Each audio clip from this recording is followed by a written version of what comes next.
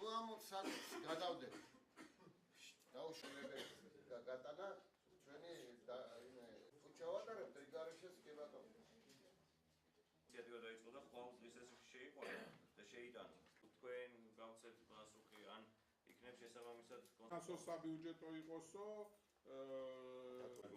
და სხვა კომისიების საერთოდ არ გვინდა სავალდებულო დასკვნები არის ყველა გამოვთქვით ხო დღევანდელ ბიუროს ხდომაზე ძალიან პროდუქტიული იყო, 9 საკითხი განვიხილეთ, ყველა საკითხი განვიხილეთ, ყველა საკითხზე მივედით საბოლოო გადაწყვეტილებამდე და ძირითადად ეს იყო დაკავშირებული ბიუჯეტთან დაკავშირებული საკითხები, კანონებთან დაკავშირებული საკითხები, რეგლამენტთან დაკავშირებული საკითხები და ახალი ინიციატივები.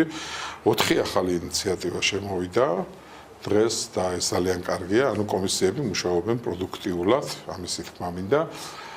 და დღესვე დავადგინეთ, რომ ხვალ 4 საათზე მოვიწვიეთ რიგარეშეს სხდომა და ამ რიგარეშეს სხდომისათვის განსაზღვრული გვაქვს 2 საკითხი, ერთი არის ბიუჯეტის შესრულების 2014 წლის ბიუჯეტის შესრულების ანგარიში არის და მეორე არის კანონის მეორე მესამე მოსმენით მიიღება იმ კანონისა, რომელიც პირველი მოსმენით წინა სესიაზე პლენარულ სხდომაზე ჩვენ მივიღეთ, ეს არის კანონი საბიუჯეტო უფლებამოსილებების შესახებ ცვლილებები კანონში. ასე რომ ხვალაც პროდუქტიული დატვირთული დღე გვაქვს. აგრეთვე ჩვენ დავინტერესდით დღეს ჯანდაცვის სამინისტროს პოზიციით იმ შეზღუდვებთან დაკავშირებით, რაც დააწესა ერთ-ერთმა კერძო კომპანიამ აჭარის მაღალმთიანეთში სადაზღვევო პროგრამებით მომსახურების დარგში. მოვიწვიეთ მინისტრი და ეხლა 1 საათში გაიმართება ჯანდაცვის კომისიის სხდომა, გაფართოებული სხდომა, სადაც ამ საკითხს განვიხილავთ და მივიღებთ ჩვენს გადაწყვეტილებას.